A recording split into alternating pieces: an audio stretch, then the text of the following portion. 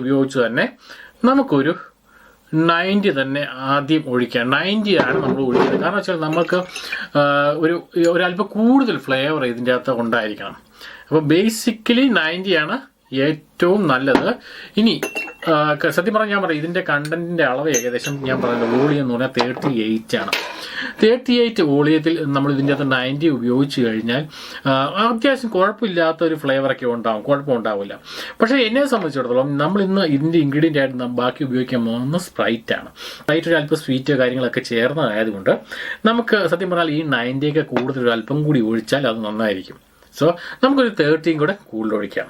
Okay, അതായത് 120 all together ആയിട്ട് നമുക്ക് ഒഴിച്ചു കഴിഞ്ഞാൽ നല്ലൊരു ഫ്ലേവർ ആയിരിക്കും. കാരണം ഈ സാധനം ഈ ഒരു ടക്കീല സത്യം പറഞ്ഞാൽ ഞാൻ നേരത്തെ പറഞ്ഞ പോലെ ഡ്രൈ ആയിട്ട് അടിക്കുന്ന ആ ഒരു രീതി ആയതുകൊണ്ട് നമുക്ക് ഇങ്ങനെ ഒഴിച്ചാലേ അതിന് കൂടുതൽ ടേസ്റ്റ് ആകുള്ളൂ എന്ന് കരുതി ഞാൻ ആദ്യം ഒഴിച്ച പോലെ 90 ഒഴിച്ചാലും കുഴപ്പമൊന്നുമില്ല. പക്ഷേ ഇച്ചിരി ഫീല് കിട്ടുന്നത് നമുക്ക് ഈ രീതിയിൽ ഒഴിക്കുന്നുണ്ടാവും. അപ്പോൾ ഈ ഒഴിക്കുമ്പോൾ തന്നെ നമുക്ക് ഇതിൻ്റെ സ്മെല്ല് കാര്യങ്ങളൊക്കെ കിട്ടും. നല്ല ഒരു ഉഗ്ര സ്മെല്ലാണ്. സാധാരണ ഈ ടക്കീല കുടിച്ചവർക്ക് അറിയാൻ പറ്റും ഈ ടക്കീലയുടെ ടേസ്റ്റ് എന്നുള്ളത്. നമുക്കറിയാം, സാധാരണ ഒരു റമ്മ് കുടിക്കുന്ന പോലെയോ വോഡ്ക കുടിക്കുന്ന പോലെയോ ജിന്ന് കുടിക്കുന്ന പോലെയോ ഒന്നുമല്ല, ടോട്ടലി ഡിഫറെൻ്റ് ആയിട്ടുള്ള ഫ്ലേവറാണ് നമ്മുടെ ഈ ടക്കീലയ്ക്ക്. അപ്പം ഞാൻ ഇതിൻ്റെ അത് ഒരുപാട് ഇൻഗ്രീഡിയൻറ്റ് ഒന്നും ആഡ് ചെയ്തില്ല. കാരണം നല്ല ഒരു ഫ്ലേവർ ഇതിൻ്റെ അത് ഓൾറെഡി ഉള്ളതുകൊണ്ട് തന്നെ ഞാൻ ചെയ്യാൻ പോകുന്നു ജസ്റ്റ് ആദ്യം തന്നെ ചെയ്യുന്ന നമ്മുടെ സാധാരണ നാരങ്ങ മാത്രമാണ് ഞാൻ ഇതിൻ്റെ അത് എടുക്കുന്നത്. ഇപ്പോൾ ഇത് നാരങ്ങ ഞാൻ എപ്പോഴും പലപ്പോഴും നിങ്ങളോട് പറയാറുണ്ട്, ഈ രീതിയിലൊക്കെ കഴിക്കാൻ ഉപയോഗിക്കുമ്പോൾ നാരങ്ങ ഒരു കാരണവശാലും പിഴിഞ്ഞ് ഇതിൻ്റെ അകത്തേക്ക് ഒഴിക്കരുത്.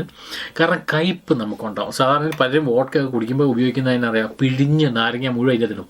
അപ്പോൾ എന്നാന്ന് വെച്ചാൽ ആ നാരങ്ങയുടെ ആ കയ്പ്പും ആ ഒരു പുളിയും അസിഡിറ്റി ഇതെല്ലാം കൂടെ ചേർന്ന് നമുക്ക് കുളവാകും. അങ്ങനെ ചെയ്യാതിരിക്കുക. അത്യാവശ്യം ജസ്റ്റ് ആ ഫ്ലേവർ കിട്ടാൻ വേണ്ടി മാത്രം ജസ്റ്റ് ഒന്ന് യൂസ് ചെയ്യുക. 1-2 തുള്ളി അത് മാത്രം നമുക്ക് ഇതിൻ്റെ അത് ആഡ് ചെയ്യാം. ഓക്കെ, 2 കേട്ടോ, ഇത്ര മതി, ഇതിൻ്റെ ആവശ്യമുള്ളൂ. ബാക്കി നമുക്ക് നാച്ചുറൽ ആയിട്ടുള്ള ഫ്ലേവർ നമുക്ക് കിട്ടണം. സോ സെയിം രീതിയിൽ തന്നെ ഒരെണ്ണം കൂടെ ഞാൻ ഇതുപോലെ ആഡ് ചെയ്യുന്നു. ഓക്കെ, അപ്പോൾ ഇത് ജസ്റ്റ് ഞാൻ ഇതുപോലെ ജസ്റ്റ് ഒന്ന് പിഞ്ച് ചെയ്ത് മാത്രമേ ഉള്ളൂ. വേണമെങ്കിൽ ഒരു തുള്ളി നമുക്ക് ഒഴിക്കാം, ഇനി ഒഴിച്ചില്ലെങ്കിലും കുഴപ്പമൊന്നുമില്ല. കാരണം നമ്മൾ ഇടാൻ പോകുന്നത് സ്പ്രൈറ്റാണ്. ഓക്കെ, അപ്പം നാച്ചുറലി ജസ്റ്റ് ഒരു ഫ്ലേവറോ കാര്യങ്ങളോ വരാൻ വേണ്ടിയാണ് നമ്മൾ ചെയ്തിരിക്കുന്നത്. ഇനി നമ്മൾ ആഡ് ചെയ്യേണ്ടത് വേറൊന്നുമല്ല, നമ്മുടെ സാധാരണ ഐസ് ക്യൂബാണ്. നമുക്ക് മാക്സിമം എത്രത്തോളം ഐസ് ക്യൂബ് ഇടാൻ പറ്റുമോ അത്രത്തോളം തന്നെ ഐസ് ക്യൂബ് ഇടുക. കാരണം ഐസ് ക്യൂബ് സത്യം പറഞ്ഞാൽ തണുപ്പ് തരിക എന്നതിനപ്പുറം നല്ല ഫ്ലേവർ തരാൻ വേണ്ടി ഉപയോഗിക്കുന്ന ഒരു സാധനം കൂടിയാണ് ഈ ഐസ് ക്യൂബ്. പലപ്പോഴും നമ്മൾ വിചാരിക്കുന്ന ഇത് തണുപ്പ് മാത്രമാണ് നമുക്ക് ഐസ് ക്യൂബിൽ നിന്ന് കിട്ടുക എന്നൊരു ധാരണയുണ്ട്. എന്നാൽ അങ്ങനെയല്ല.